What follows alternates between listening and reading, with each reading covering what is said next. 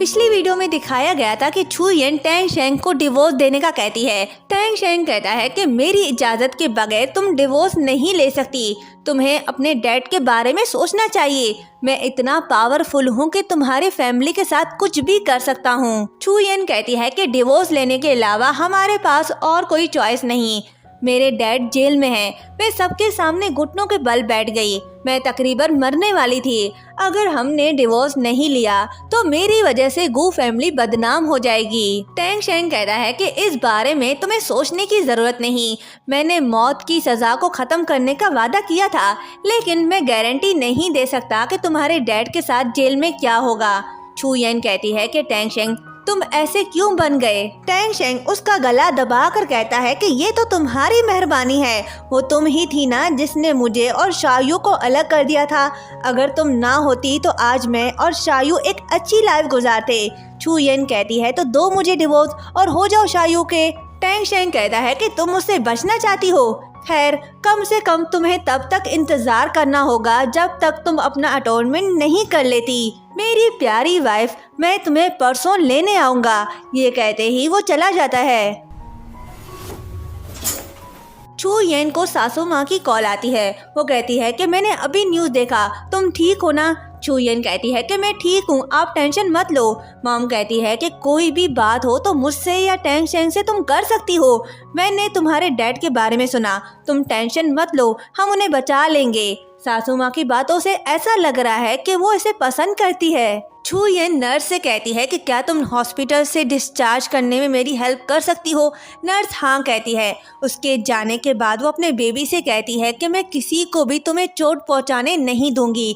तभी उसे dad call करता है और वो छू येन को उसके निक नेम से बुलाता है जो वो उसे बचपन में बुलाया करता था।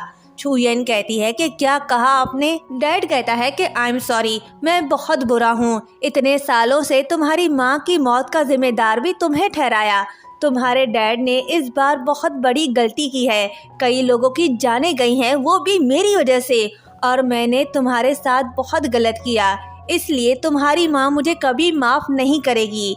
अब वक्त आ गया है कि मैं अपने पापों का प्रायश्चित करूं।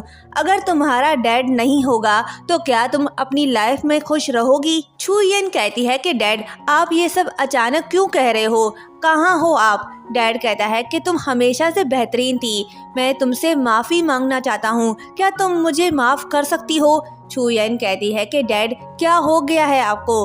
डैड कहता है कि तुम्हें और तुम्हारे भाई को एक अच्छी ज़िंदगी गुजारनी चाहिए। भाई का मिजाज खराब है, तुम्हें उसका ख्याल रखना होगा और फ्यूचर में तुम्हें टैंग शेंग से बचना होगा।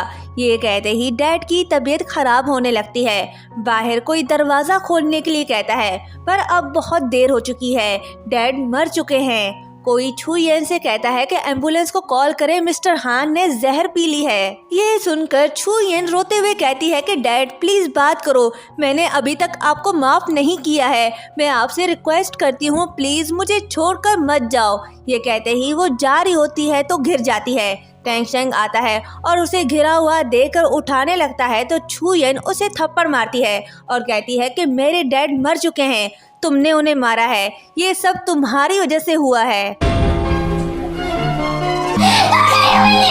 टैंग शेंग कहता है कि ऐसा नहीं हो सकता, उसमें इतनी हिम्मत नहीं। छू येन कहती है कि मेरे डैड नहीं मर सकते, वो मुझे छोड़कर नहीं जा सकते। डैड, मैं आ रही हूँ आपसे मिलने। ये कहते ही वो जा रही होती है। टैंग शेंग उसके लिए व्हील चेयर ले आता है और उसे बैठने के लिए कहता है तो छू येन कहती है चले जाओ यहाँ से, मैं तुम्हें नहीं देखना चाहती। टैंग शेंग उसे फिर से बैठने के लिए कहता है तो छू येन कहती है कि मुझे तुम्हारी कोई ज़रूरत नहीं। टैंग शेंग उसे रोकता है और कहता है कि इस पर बैठ जाओ वरना मैं तुम्हें जाने नहीं दूंगा।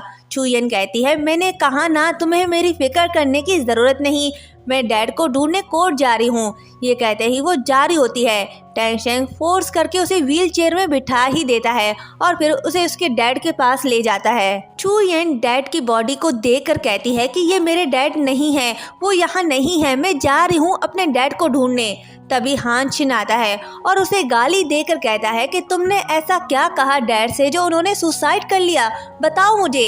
ये कहते ही उसे थप्पड़ मारने लगता है तो टैंग शेंग उसे रोकता है और कहता है कि तुम्हें किसने हक दिया, ये मेरी वाइफ है। छू येन कहती है कि वो नहीं मर सकते, मैं जा रही हूँ उन्हें ढूंढने। टैंग शेंग उसे रोकता है और कहता है कि शांत हो जाओ और आखिरी बार डैड से मिल लो।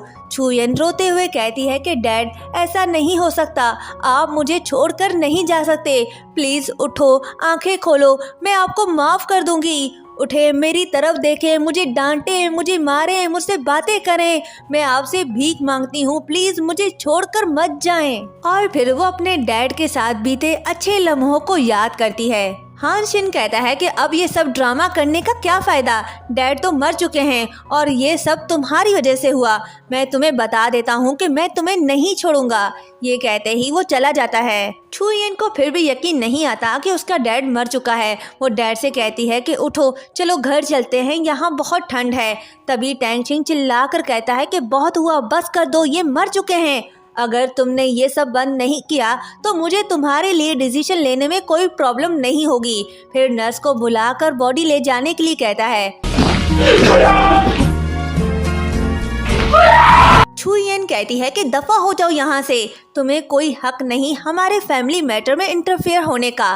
टैंग शेंग कहता है कि हम अभी भी लीगल कपल हैं, हमने अभी तक डिवोर्स नहीं लिया है।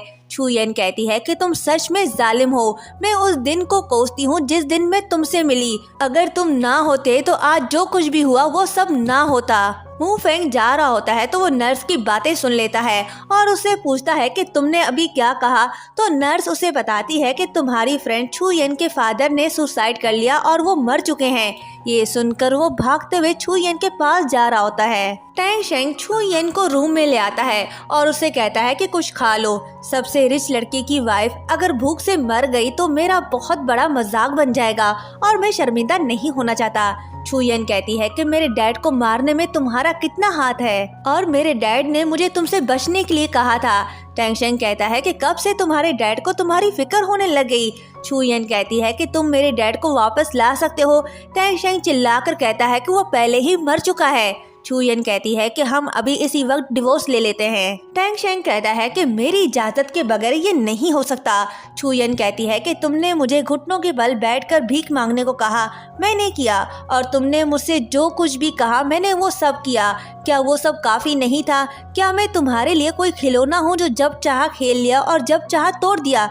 तुम चाहते क्या हो, मैं क्या करूँ तुम्हारे लिए? और यहीं पर ये पार्ट एंड होता है।